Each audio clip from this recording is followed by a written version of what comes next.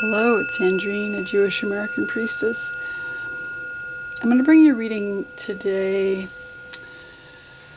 We're going to do a full spread. It's the full moon of the month of Av, and it's the Tu B'Av holiday, which is the holiday known as the holiday of love, or the holiday of dancing in the vineyard. And I'm not sure what this reading is going to be about, but it's for whoever finds it, whenever you find it. You don't have to find it on the full moon, but there's a fullness right now in this time, wherever you're finding it.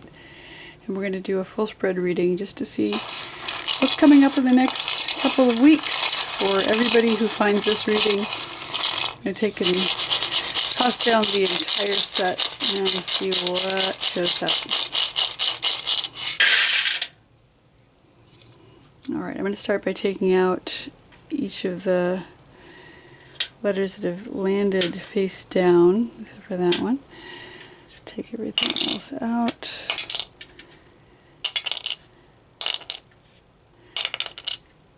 And leave the rest. It's a lot. Okay. So, let's zoom in a little bit so we can see what we're looking at. Have to scooch this down a bit as well. There we go. So everything's landed pretty low in the reading today, and there's some stacked up.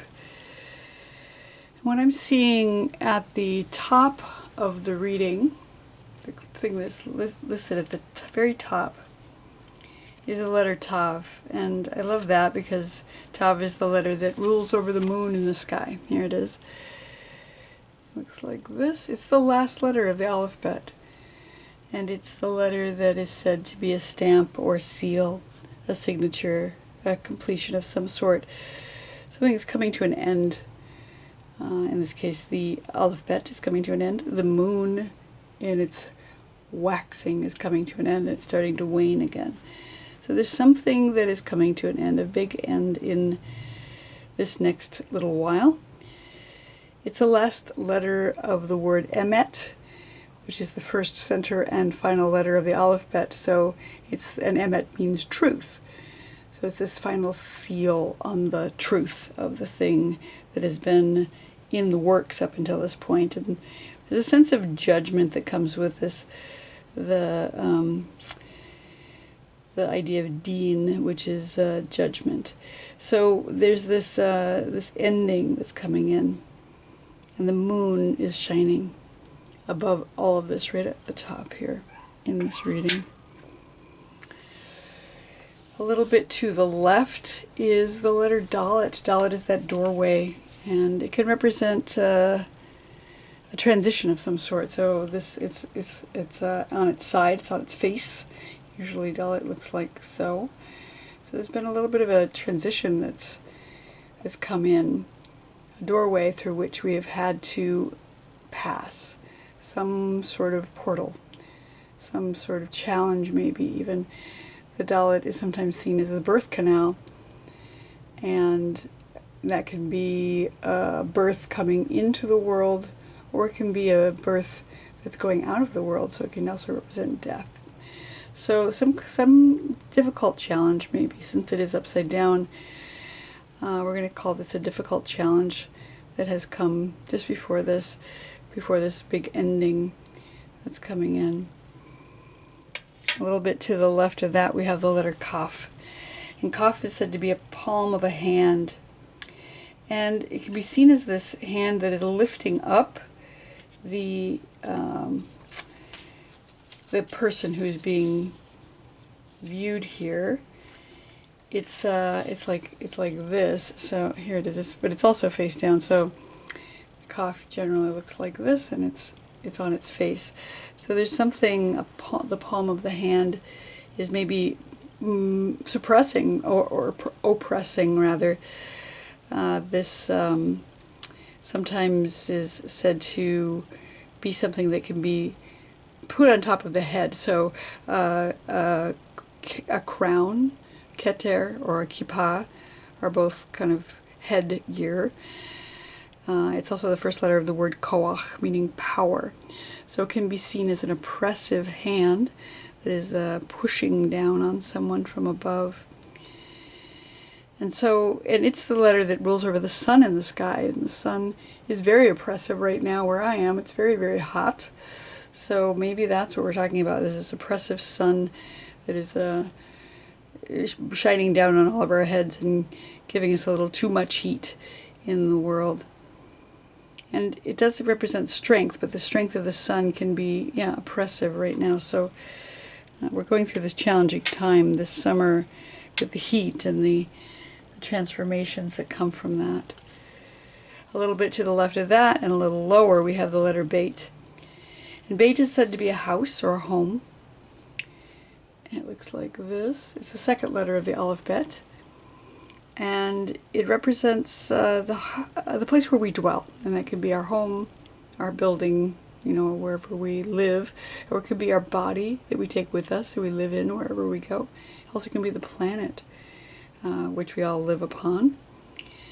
It's got this sense of the soul dwelling. Where does the soul dwell? And Beit rules over the planet Saturn in the sky, and Saturn is a challenging planet. It can be a little bit difficult. I'm not an astrologer, but my understanding is that Saturn's can be hard right now, and I know there's some Saturn conjunct things that are going on. So again, more sort of oppressive, difficult transitions that are happening in the sky. But the Beit is also the transition between life and death, and so bringing us back up to the Dalet here, it's the binary transformation of life and death, and our ability to choose life even when things are very challenging in the world. So some kind of transition going on, some kind of oppression and transformation and a big ending. In the center, kind of all by itself here, we have the Mem. And Mem is the mother letter of water, upside down. It's generally looking like this, and it's already flipped all the way over on its head. Mem is said to be a womb space. It's got that opening at the bottom, like a womb does when a birth is occurring, and that little yud up in the corner, which sort of looks like a seed of some sort that's being implanted in this womb space. But it's all the way upside down. Mem is a mikvah, the cleansing waters of a bath. It's the Ma'im Chaim, which is the waters of life. It's referring us back to Miriam, the prophetess who was the one who worked with water in Mitzrayim, in Egypt. Also, as they passed through the Red Sea, Miriam was the one who danced. It said that Miriam had a secret well that followed her throughout the wilderness. So the water is very much tied up with the Mem here.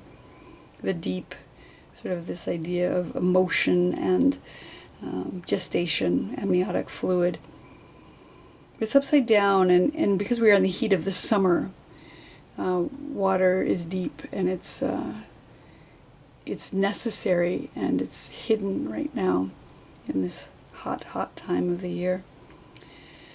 So it's all by itself, upside down over here. Maybe we're a little concerned about not having enough water right now, not having enough nourishment. So stay hydrated. That and the emotions that might be running deep, but maybe are a little bit oppressed and hidden right now. A lot of upside down letters today. We have the Gimel next. The Gimel is the letter that represents a foot running toward justice. It is right here. It's totally upside down. Gimel is the letter that rules over the planet Jupiter in the sky. Jupiter is the largest of the planets in our solar system, and in Hebrew the name for Jupiter is Tzedek, meaning justice.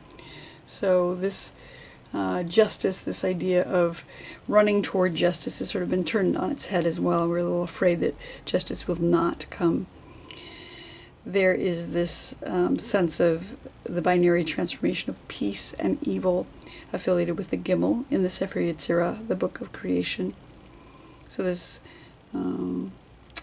sort of continuum between peace or shalom, which is also wholeness, and evil or maybe wickedness, something that is less whole.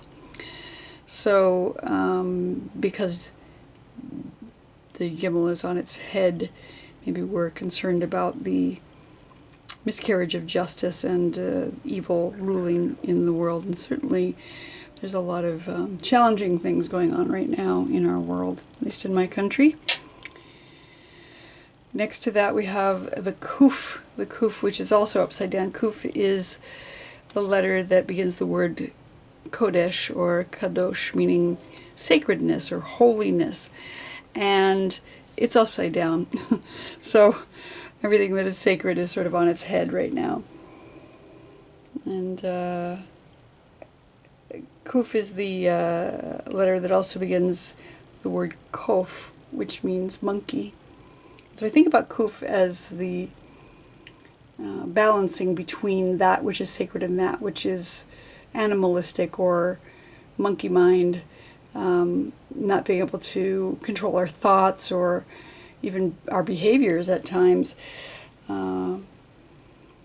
It's this idea that the story of the shards and the shells, the klipa also begins with kuf, the shattered vessels. There's this story about when divinity was attempting to create, they needed to contract themselves into a space, and so they contained their sacred light into vessels.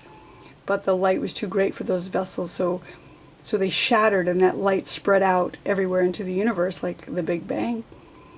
So the light is everywhere, and we are told that we're supposed to go collect those pieces of light and bring them back together. But also the shards are everywhere, and those shards are sharp, and that's what causes pain in the universe. So we have both light and klipa, the shards or shells of those shattered vessels. And this being upside down makes me think that those klipa are very sharp right now. Again, with the Gimel upside down and the Dalet upside down and the Mem upside down, everything is a little bit sharp in our lives. Down here in the center of this cluster we have the Ein Sof. And the Ein Sof is the blank. It means without end. And I always include a blank Hebrew in each of my sets. The blank represents that unending and void, so the nothingness that existed before creation, but also the eternal that exists, that everythingness, the nothingness and the everythingness of the divine. This idea of the Tahom, the deep, again back to the Mem with the water, the deep of the waters, but also this eternity or this endlessness, the boundlessness of the Eternal One. And the unknown, right? We don't know what's going to happen. We can't know right now how things are going to turn out. So there's this mystery. It can be a little bit fearsome if we don't know how things are going to go. So we might be concerned because, but the infinite is here. The divine Holy One, who is the infinite, who makes up all of the universe and all of creation, is right here at the center of this cluster of confusion. Just to the left of the Ein Sof, we have the letter Samech. And Samech is a circle. It's tilted over on its head also. Samech is right here. And it's that idea of the cycles of time and the endlessness of things going around, the seasons, the being surrounded also by comfort and by the One, being surrounded by good people and friends and community, and setting up good boundaries for ourselves. The Samech has that little up in the upper left corner. There's that little thorn. In the Proto-Hebrew, the Samech looked like a thorn, and boundaries are important for protection. So particularly when things are challenging, when things are turned on their head, we have to be setting up really good boundaries for ourselves. And because the cycles will come and the cycles will go and these wheels will turn. And we need to protect ourselves during that, these difficult times. So right next to the Ein Sof, we've got that sense of time and protection and boundaries. I'm going to jump all the way over to the right here. We have the letter Nun. And Nun is the letter that begins the word Ne'aman, meaning humility, humbleness. Also the word Nes, meaning miracle. And this idea of faithfulness and loyalty. So we have to remain humble during this time, during these difficult times, in order to see the miracles that will come out of this. To have faith, to be loyal to our own faith and to our belief that the divine has got us in their hand. So to spend some time in contemplation, in humility, and look for the miracles that are inherent in the existence on this planet. I mean, just the fact that any of us exist at all is miraculous. So yeah, humility is going to be an important factor in getting through this time. And below that we have the Aleph. Aleph is, of course, the first letter of the alphabet, and it represents the oneness of the divine, the one who watches over us. It represents the mother letter of air, so breath and spirit. It's got this idea of this balancing of above and below, the divine above and the divine below, and the connection between, the division between as well. There's this sense of unity and multiplicity in the Aleph. The Aleph, it means one, it means the one, but if you change the vowels in it to Aleph, that means 1,000. So it's got this sense of both unity and multiplicity within it. I like that it looks a little bit like a crossroads, but not just a direct X, but like we have to make a decision somewhere along this line, which direction we're going to go. So like that Dalet up here where we're passing through a portal, we have to decide what direction to go once we pass through. It's the first letter of the name of the divine El, Elohim, Adonai, El Elyon, and Elah. These are all names of the divine Asherah. I'll begin with Aleph. But also Adam, Adamah, man, human, and mud, from which we are created, and then the breath that comes from the Aleph breathed into us so that we have life. And it's down here low next to humility, so take some time to sit and pay attention to the breath as we're contemplating this whole cluster here. In a cluster we have, so many letters. So we have the Ayin at the top here. Ayin is the letter that means an eye, so it's being watched over by the divine and seeing our way forward as well. And the Ayin is the number 70 in Gematria. 70 is got the sense of ultimate completion in the same way that the Tav is the final letter. There are 7 days in creation, and 7 times 10 is this ultimate manifestation of a completion. So when we see our way forward and when we are watched over by the divine, we will come to some completion of a thing and be able to see it come to fruition, because completion isn't an ending, it's the beginning. It's like creation has ended, but now we have the rest of eternity. And it's also affiliated with judgment. It's the tribe of Dan, which is the word that means judgment. So again, like the Tav, which has that sense of judgment, and Din, Dan is also tied up in the Ayin. So there's some completion, there's some judgment here, and it's got this idea of sight and being watched over and seeing and big completion. So that's leaning up on top of this whole cluster here. Right underneath it, I'm going to set it off to the side here so you can see, we have the Lamed turned on its head. Lamed is the one letter that reaches above the line. So I think of it as representing sort of hope reaching up with heart, because Lamed is the first letter of the word Lev. Lev meaning heart or heart-mind. It's the idea of discernment as well, because Lamed represents the intestines in the body in the Sefer Yetzirah. It's got this idea of bringing things into our body and then letting our guts, our kishkas, being able to discern what is the right thing to keep, what is useful, what is valuable to our bodies for nourishment, and what is waste. What do we need to let go? Lamed also begins the words limud v'lamed, which is learning and teaching. So this idea of discernment, taking in ideas, digesting them, and then discerning what is useful and what is not. What can we discard? What can we leave out? Using our heart-mind to determine those things. But it's upside down. So maybe we're having a little bit of a difficult challenge right now, having discernment.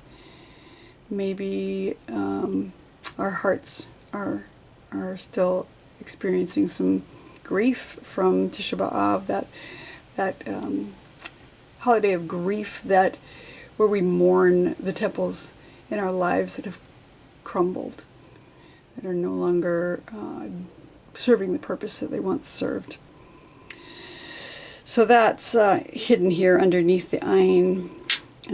Next to that we have the Pei, and Pei is the number 80 in Gematria. Those are all slip around. Pei is the mouth. It's the mouth of the divine, speaking creation into existence. So it's got this sense of communication and creation through speech. It's a spiral, the spiral of time, the spiral of the infinite. And because it is a number 80, it's got that infinity loop of the number 8 times 10. So it's got this ultimate manifestation of the infinite here. So again, right next to the blank, we've got the infinite here twice, kind of hidden in the center of this cluster. It's got this idea of this feeling of a labyrinth that we're walking with that spiral. And we have the ability within that labyrinth, within that spiral, to create what we'd like to see in the world, using our words, using our voices to speak blessing into the world, being that mouthpiece for the divine, and also listening to the voice of the divine. So that's tucked in here under the Lamed and under the Ayin. I'm going to see if I can set it back the way it was. I don't know if I can, but I'll try. And we also have the Tet right here on top of the Pei. And Tet is the letter that begins the word Tov. Tov means good. So it's also a container, a womb space, very much like the Mem up here. It's also got this shape that looks a little bit like a snake. And the snake is the ancient representation of the goddess. We know the story of the snake in the garden, but if you remember, the snake told the truth, even though it resulted potentially in expulsion from the garden, at least as that story is told to us. There's a lot of goddess suppression that has gone on in Torah. So we have this idea of this container that holds goodness within it. There's a shedding of the skin that comes with the snake, revealing what is true. And Tet is the number 9 in Gematria, so it has this sense of gestation. The same way that Mem is the number 40, like the 40 weeks of gestation, Tet is the 9 months of gestation. So this gestation is here, and this was upright, I believe. So goodness is here, right here on top of the speech, right on top of the infinite, and telling us that there's gestation. We're waiting for something to gestate right now, so that whatever is ready to be born will be born. And our last letter in the reading is the letter He, and it is tilted on its head as well. No, it's not He, it's Het. Het is the number 8, so also right next to the 80, we have Het. Het is the letter that begins the word Chai, meaning life. And it's that number 8, which is the infinity loop. 7 days of creation completed those days, and then comes 8, life. Comes 8, everything else, the infinite that comes after creation is completed. Het is also the letter that looks like a chuppah, a marriage canopy. So it has this sense of contracts and commitments that are commitments with ourselves mostly, commitments with the divine, commitments with another person. So we're making some commitments, we're making some covenants and contracts, perhaps. Het is also the letter that begins the word choshek, meaning darkness. And choshek is the first time that the letter Het shows up in Torah. So it's a very important word when it comes to this particular letter. Darkness is an important factor in being able to see the light. It's an important factor that all life begins in darkness. All seeds are planted under the ground. All womb spaces are dark inside. So that's where life comes from. It comes from the darkness. So there's nothing wrong inherently about darkness. Het is also the foundation of speech. So it brings us back to the Pei, which is about speaking into existence that which we would like to see. There's just so much beauty in this idea of life and darkness coexisting together. And the fact that it's upside down means we're looking internally right now. And we're looking internally to see what is coming to life. So, although things are a little bit challenging right now, that we have a big ending coming, and I think that's a good thing. We have a big ending coming here with the Tav, with the moon over above, but also with the Ayin down here, seeing our way forward, the 70, the ultimate manifestation of a completion of creation. So something has been created, and that's coming to an end. We have a doorway through which a challenging doorway through which we are stepping. And there's been some oppressive, possibly sun, or maybe some oppression coming to us from whatever powers that be. We need to take care of our bodies, our homes, choose life as we step through that doorway.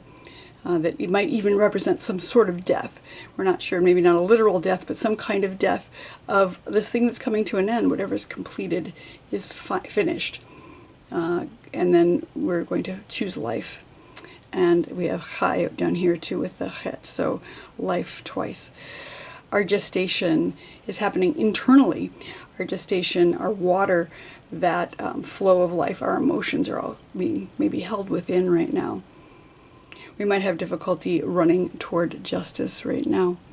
This big completion is making it a little challenging to find justice, and maybe wickedness is prevailing, seems to be prevailing, that the sacredness of the situation is being turned on its head by a bunch of monkey business that's going on. We need to set up good boundaries around ourselves as these things pass in time. The infinite is here, though, in the center, both with the Pei and with the Ein Sof. Even though it's difficult to see and it's maybe unknown right now, we can speak into existence that which we'd like to see in the world, both with the Het and with the Pei. And goodness is gestating. Goodness is inside the Mem and the Tet. Maybe we're having a difficulty discerning with the Lamed right now because things are topsy-turvy. But we can hope. We can still hope. We can still take things in, learn, and teach the best that we can in the moment. Remain humble and take a breath. Take a breath and find your way forward in this time, at this full moon time, or whenever you find this. I hope you enjoyed this reading. I hope it's helpful to find hope in the difficult times, hope in the darkness. Know that there is gestation and goodness coming, and that the divine is here with us, regardless of the challenges that we're facing. And I hope you have a beautiful rest of the month of Av, and I will look forward to seeing you here next time.